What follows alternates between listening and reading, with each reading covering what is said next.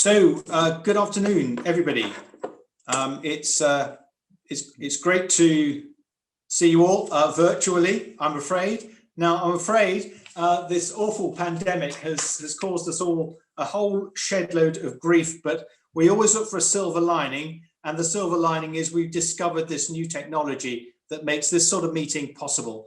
I think I'm right, Shlomo, in saying that we have something like 100 registrants for this meeting, and as is the way with these Zoom meetings, I've come to find is people clock on in the first 5 minutes at a rate of knots. So I suspect probably, and I can see my screen at the moment, lots of people logging on. And I think I'm also right in saying that this is by way of being an international meeting, which is always good and enhances, gives us a certain something as well. Now, can I just open by saying I'm going to do a quick 10 minutes, tell you where I'm coming from on this, and Shlomo is going to have the lion's share of the first part of the meeting and describe UKWIN and what it's doing. So he's by way of being the expert, not me. We are then going to have a question and answers session. Now, what I want to do is to make sure that people understand what the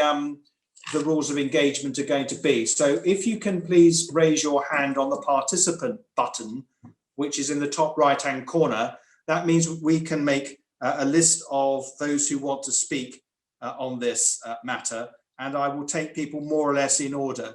We have a mixture of people joining us this afternoon who are members of the general public, members of various groups around the country. We have a commonality of interest in this matter, and also parliamentarians, both members of the House of Lords and also the House of Commons. So really quite a mixture of people. And I'm sure we're going to come away with this from this, all of us, understanding the situation a great deal better than we previously did. Those of us who perhaps thought over the years we've become something of an expert in these matters very often realise actually it's far more complicated than we possibly imagined it could be. I'm also going to invite, after Shlomo has spoken, my very good friend, John Grogan, who used to be one of my parliamentary colleagues. Politics is a hard old business, and none of us can afford to imagine that we are here forever. And I'm very sorry to say, I mean it very genuinely, that my good friend John Grogan, who has served with me on the select committee I used to chair, but is now sadly no longer a member of Parliament, therefore not able to contribute in the House of Commons in the way that he did and so ably. I'm very pleased to say that John has retained his interest in this matter, which he expressed fully whilst he was a member of Parliament, and therefore has some understanding of this matter. And he's going to speak for a few minutes after Shlomo. So John, you're very welcome, and it's very good to see you, albeit in the virtual space.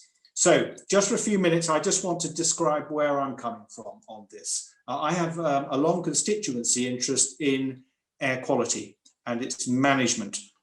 We had some success early on in relation to a cement works outside Westbury, which was busy pumping all sorts of things into the atmosphere, and the Air That We Breathe group very successfully campaigned against that, and I think we did well. So as a community, we came together and expressed our concerns about what was happening, and that process has now stopped, and the site has been turned over to other things. We now find that the small town of Westbury is being imposed upon once again, potentially, in relation to this incinerator on its doorstep, very close to where people live, doing various things which we don't like, including an impact potentially on the environment. And we appear to have, in my view, a conflict between the disposal of waste in this way, supposedly recovering energy from waste, and our duty to reduce the amount of carbon being freed to atmosphere.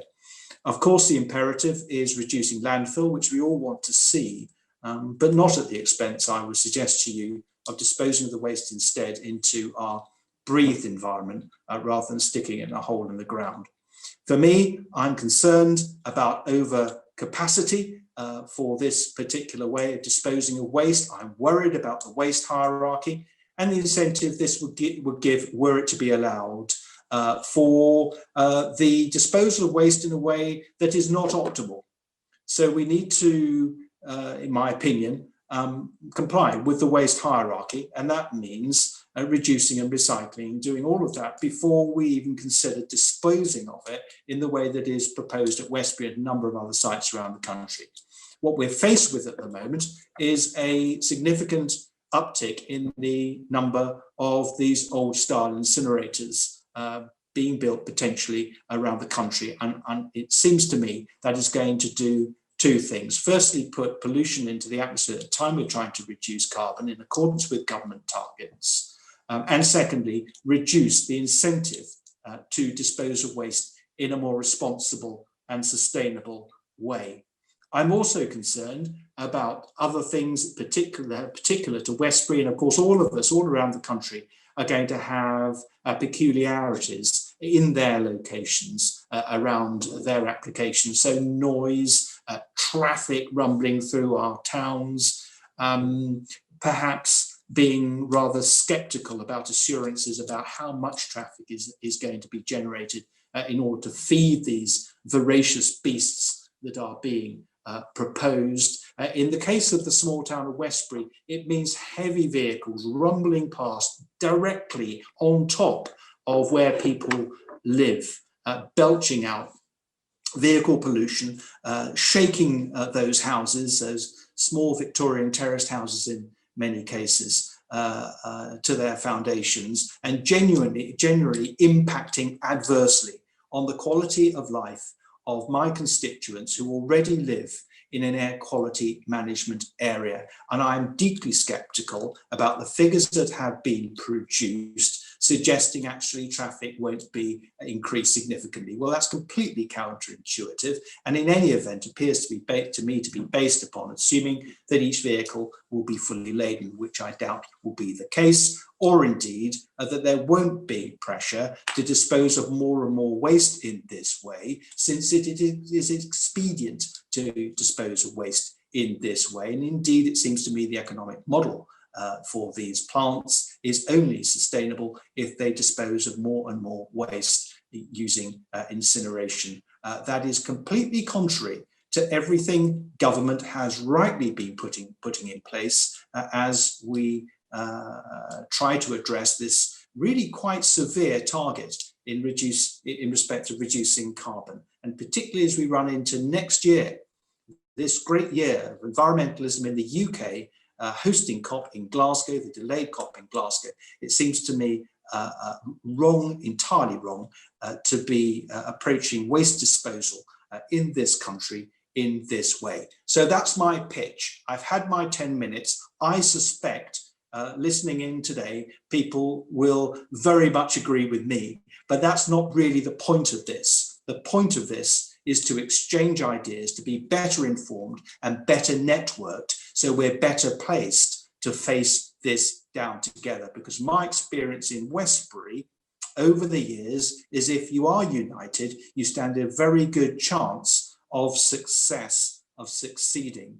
And that is irrespective of the government that is in at the time, since this has been something I've been dealing with for most of the 20 years that I've been a local member of parliament. There it is. Slow-mo, over to you.